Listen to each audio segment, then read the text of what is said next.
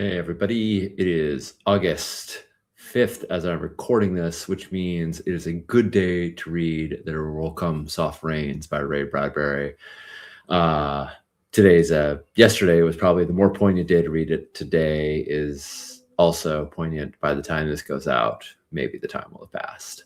I'm Sean Nittner. I use he, him pronouns, and I am the director of projects for Evil Hat, and I am here as I come every month to talk about the state of the hat, what's going on under the hat today. As I often do, I'm going to start with some of my personal experiences because I like to share those, and this is an opportunity to do that.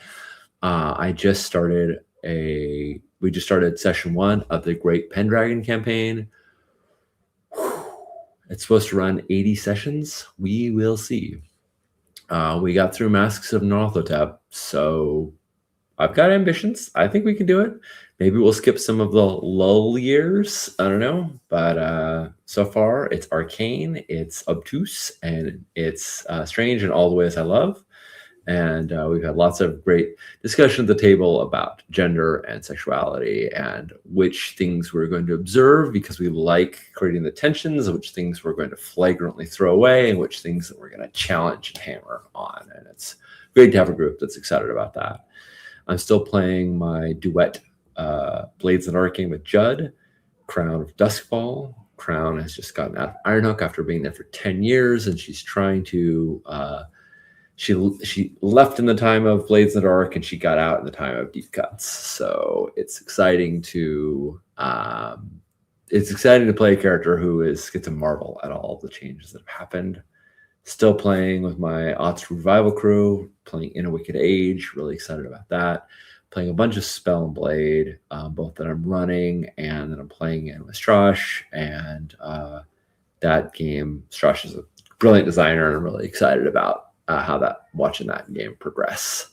And just played a little Under Hollow Hills as well, which was super delightful. We played one session and then decided, hey, let's play some more. And maybe we're going to jump into a giant Temple of Elemental Evil campaign using Labyrinth Lords. I don't know. Who knows? Who knows these days? That is a purely speculative idea, but that's what's up going on with me. Let me know in the comments. What are you playing? What are you excited about playing? What do you wish you could be playing? Yeah. I love playing games. I love hearing about people playing games. So tell me about it. Speaking of games, let's see what we've got for Evil Hat. Oh man, I'm so happy StreamYard's made those transitions smooth. All right. What is under the hat today? Umdaar is a platinum bestseller on drive-thru, and that means a couple things. One, we are recouping a lot of our costs on it, which is great. And two, we hired Gabriella Rincon to do the proofing on it because it never got a final editing pass. We knew it had been edited so many times, but we'd also made so many revisions. So we needed another pass on it because when she's done, we're going to create a POD version. So we're extremely excited. POD, like the PDF, will be pay what you want, but it's pay what you want starting at the base price of printing the book. So there will be an option to get it at literally just the cost that drive-thru charges, or paying any additional amount more. So that's usually how we price our POD books, is we price them at the cost of the PDF plus the cost of print. So that if you buy a POD from us, we are making the same revenue as if you just bought the PDF. And this works the same way with pay what you want, is that it's just the cost of the printing plus whatever you want to add. So excited about that. Likely it's going to be 2 or 3 months because it's a giant book and Gabriella is working her way through it. And then once that's done and all the proofs are applied, then we've got to do the POD proofing, and that takes about 3 to 5 weeks, so a couple months. But I'm excited that I will be able to hold a copy of Umdaar in our hands. Yay, exciting. Umdaar. Thousand Arrows is out in both POD and PDF format. Thousand Arrows was originally printed by Galileo Games. It was written by James Mendez Hodes. And James came to us and asked if we wanted to pick it up since that was no longer available. We took it on. We updated. We relicensed some of the art that was in black and white and got the color versions of it. We added some color to the PDF. We made some text corrections that Mendez had always wanted to apply. So it is very marginally different from the existing version of it. But if you have 1,000 Arrows, there's no need for you to get this version. Although if you bought it off drive-through, you can get the updated PDF now, no cost. But if you don't have it, it's a amazing game of samurai drama during the warring period in Japan, and yeah, it's a beautiful Powered by the Apocalypse delightful game. So check it out. It's available now. Super excited that we could release it. Blade 68 is being sent to backers right now. There's a lot of people who have already received it. I've seen a few people holding up the maps. The maps are huge. They're beautiful. If you're a backer, hopefully you'll get it in the next few weeks. And if you are not a backer, there's a pre-order available on the Evil Hat web store, and it will be out September 14th. You can get it on Evil. You'll be able to get it on the Evil Hat site, the print or the PDF. On drive-through, you'll be able to get the PDF or the POD. On Roll20, you'll be able to get the Roll20 module. Yeah, it's available in all our normal formats. So yeah, psychedelic capers under the blue array, 100 years in the future, Blades in the Dark, Chef's Kiss, What Is Not to Love. Tim's an amazing designer and holding this book. Do I have it? I do. I have it. Here it is. Here is the special edition right here. Look how huge, look how big this is. This is massive. Do I have another book? Here we go. I've got this. This is Deathmatch Island. This is Tim's other game, which is also great. It's a regular size book. This is a chunky baby. It's huge. Anyway, this is the special edition cover. It's lovely. Inside has the map of the city as the end papers. It's just, I love it. And the back has the blades. Oh God, it's so good. But if you did not get it during the crowdfunding, we do have additional copies of the special edition that will be available on the website as well. So it's limited. It's not the technical term is limited edition actually, but you can get either the standard or limited edition on the Evil Hat website for a limited time until they run out. So yes, so excited. It is getting out to people now. And there's some pictures of it in all its glory. Designers of Dragons Origins by Shannon Appelkline is completed with printing, including the slipcase. Here is the pictures of it with in all of its glory, and it's being sent to our warehouse now. And so probably a week or two, however long it takes for them to finish out the Blade 68 fulfillment, because they can only do one project for us at a time. But that is looking like it'll be soon. So it's however long it takes to finish out the Blade 68 and then get Designers of Dragons Origins into inventory, and then they'll start shipping out. So I'm hoping 2 weeks. We told folks it was going to be September, but I'm thinking maybe late August. That'd be awesome. Hopefully we can get it a little sooner than we thought. Yeah, we're gonna start shipping that out October 12th, 14th. Days. What are days? October 12th is street date. I might be off by a day. Might be 13th. I think it's October 12th. October 12th is our street date, which means that's when it'll be available to the public. As with, it's available still for pre-order on BackerKit right now, but as we get closer, we'll shift it off BackerKit and over to the Evil Hat website, and you'll be able to get it there.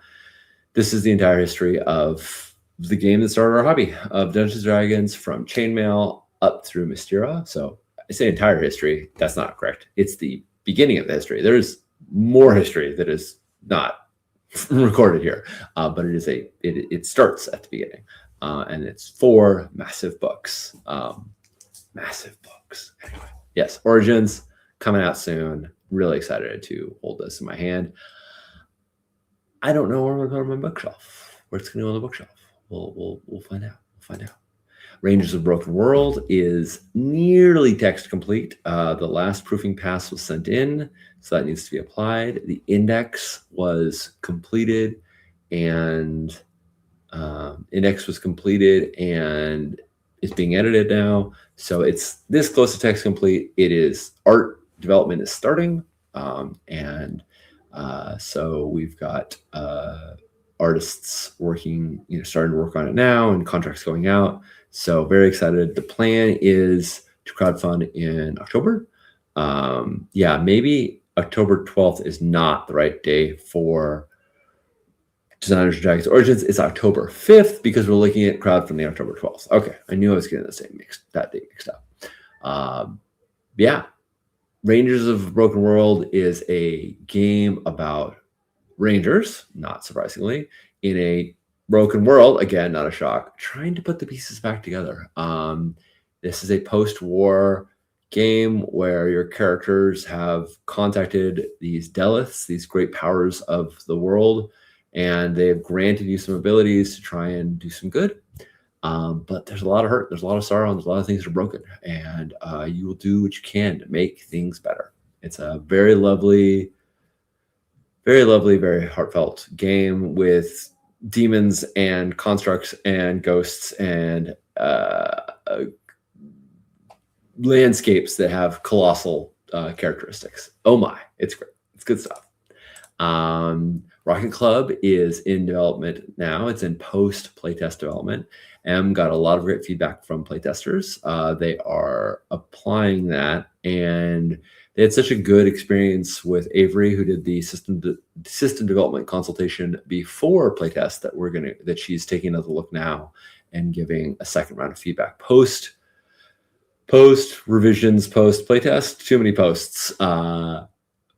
But we're excited to see. I'm excited to see M's revisions. I'm excited to see Avery's feedback, and it's clocking. It's moving along. Tian Deng, I'm working with Banana and Sen. We just finished our overhaul of all the basic moves and all the station moves based on the internal playtest feedback. We are revising the ship mood mechanic, so that it's in line with the other NPC disposition mechanics. So everything is going to be under the category of attitude. We realized that they were really close, but not quite the same, and we didn't want to have these two near identical systems. So now we are bridging that gap. That's going to be wonderful, and we'll. Maybe there's more, but I think we're getting really close to what we're going to call just text complete. Like, let's start editing. So I don't know. I've thought this before, and then we dug into it. We found some issues, and we addressed them, and then we play tested, and then we're addressing, and then we're making revisions based on the play test. The creative process is done when it's done, but I'm feeling good about this. So yeah. Anyway, more updates as I have them. Project Perseus continues to truck along. We're having layout, and we're making revisions based on that. And for good or ill, lots of things are being found, and they're being addressed. So we'll need to do more passes, but it's delightful to dive in and look at all of these cities in the 80s and all the opportunities for spy adventure. Godkiller by Connie Chang. It continues to be in development. No real significant updates on it, other than Connie is continuing to work on the slew rules, which is the multiplayer rules, and the solo rule set for it. So excited to see how that comes along. Dagger Isles, I'm meeting with John again to go over some updates. Pam just approved several of the revisions that we wanted to work on to really focus it away from Leviathans, which are very much an Aruvia and Akaros thing, and focus very much more on the land, the god beasts themselves, and the dreams of the beasts and the remnants left behind after those dreams. I'm so committed to saying to believing that we are getting close on this game in terms of design space that I signed up to run it at local HouseCon, and I also signed up to run it at BatsCon, which is a con that takes place in the Berkeley Public Library. So yeah, that's how I make sure things get done, right? Is I just say I'll run them, and then I gotta get something. So I'm excited to see what we'll put together. The playbooks need to be updated. The Empire sheets need to be created. But the starting situation is there that I've got enough factions to work with. I think I've got enough factions. I think I've got enough to run a game. So we'll see. I'm excited to put it to the table, because we've been working on this for a long time, and there's so much good stuff. We still need to finish shipboard actions, the sort of naval combat mechanics. We've got those roughly sketched out, but they're not done. And the church full development, like the roles of the church. So yeah, that's still in progress, but I think I can do an initial, a single session based on what we have right now. So that should be fun.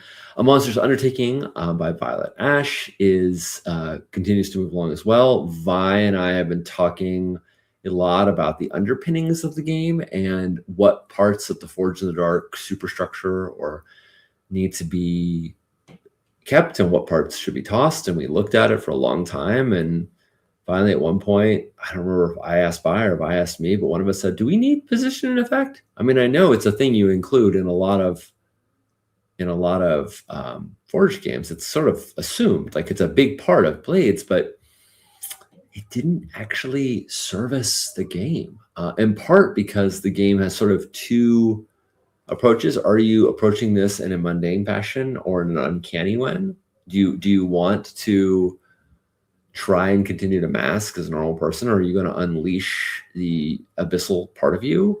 And those mechanically work entirely different. And so it's not that when you take an action, there aren't varying degrees of consequences and varying degrees of effect, but because there's a big focus on the approach, the mundane or the uncanny approach, that is the point where you're making the really big calibration is not what's position effect. So there's a lot of guidance. There will still be what could go wrong, what are the costs, how much do you expect to succeed, but it's not as discrete or regimented as your basic position effect model might be.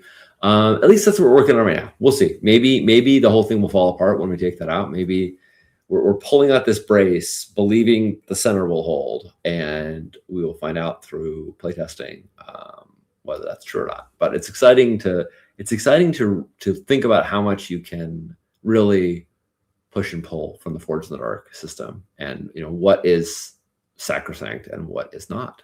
So excited to work on that with Vi. Streets of Jade, Mendez and I are still tinkering on the dueling mechanics. The dueling mechanics may be such that they're maybe so preeminent, maybe so significant that they actually change the core conflict resolution, because I think we're discovering a lot while we're working on the dueling mechanics that could make the core conflict resolution even stronger. So we've bounced around with lots of things, but right now we've got options for if you're cheating in the duel, if you're getting help from others. There's opportunities to tap out in the middle. It is following the Agon battle system, but it's really embracing the world of the Greenbone Saga and all the nuances of it in the mechanics. So excited to keep dueling with Mendez. It's great. Every time we get together, we get to fight. Well, our little paper dolls get to fight. As Sunforever Sets continues to be in development, no updates there. All right, I think that's it. I think that's it for August 2026. We do have a few other games that are to be announced pretty soon. The conversations with creators, recordings are taking longer than I thought they would, but that's, I think, a good thing. I've re-recorded some stuff that we weren't really happy with. I redoing some of the intros. There's a lot of futzing with it. We have about 12 videos recorded, and I think I'm pretty happy with those, but at least half of them are not quite ready to. It's for a game that has been announced, so it's not. There's not ready to say anything about it. The other half are for deep cuts, so those will probably be what we launch with. But yeah, I'm really excited to release it. I had great conversations with John, and he shared a lot about the decisions behind it. And because I was involved in some of those, I had thoughts too. So yeah, I'm excited for that to come out. I've realized it's an ambitious project, and so it's going to take some time, but it's all it's all to the good. Yeah, that's it for us. If you have any questions about what's going on with the hat, if you want to talk about what you're playing these days, yeah, do so in the comments. And till next time, it's a tough world out there right now. Please take care of yourself. And if you've got anything left over, any spoons, please take care of someone else as well. Bye all. Have a wonderful rest of your gaming month.